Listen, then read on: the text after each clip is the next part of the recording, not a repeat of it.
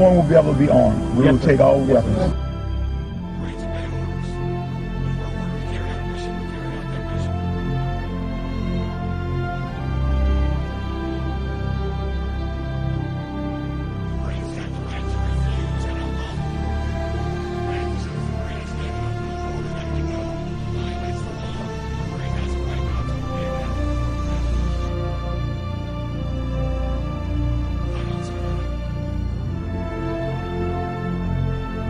Every service member has an obligation, not just that they can refuse a legal order or an unlawful order.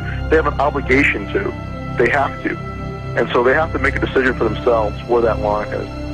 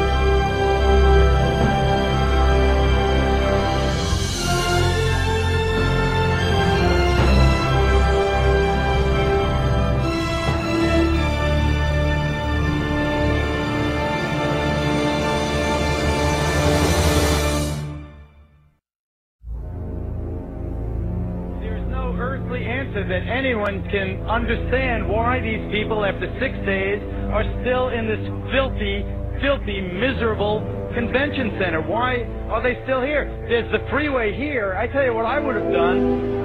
What I would still do. I would say, let them walk out of here. Let them walk away from the filth. Let them walk away from the devastation. Let them walk away from the dead bodies in here. Let them walk out of there because I'm standing right above that convention center.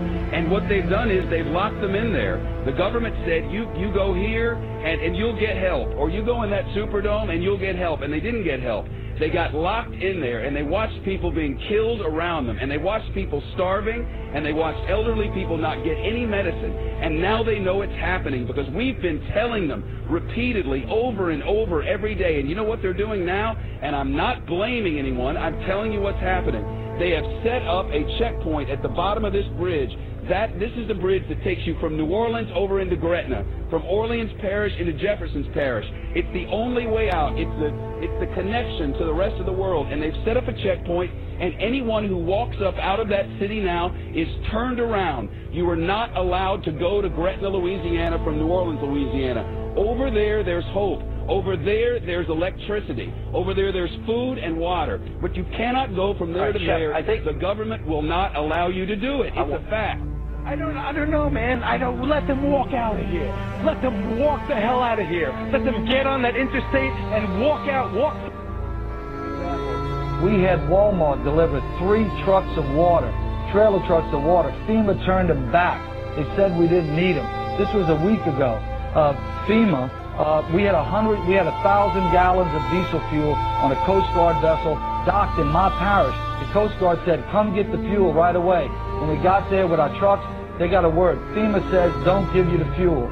Yesterday, FEMA comes in and cuts all of our emergency communication lines. They cut them without notice.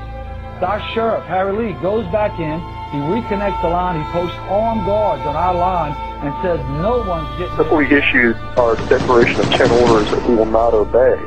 And what those are designed to do is to get the troops thinking ahead of time about where their line of the sand is in advance. And that's what we're hearing in feedback from people in National Guard units is that in Katrina, that's kind of what happened, is the police and the military there, the National Guardsmen, were caught off guard and really hadn't thought about it in advance. Walking up and down these streets, you don't want to think about the stuff that you're going to have to do. Somebody pops around the corner. Let me shoot an American. And what we're hearing is that it won't be the same way next time. There'll be more who will say, no, I'm not going to do that.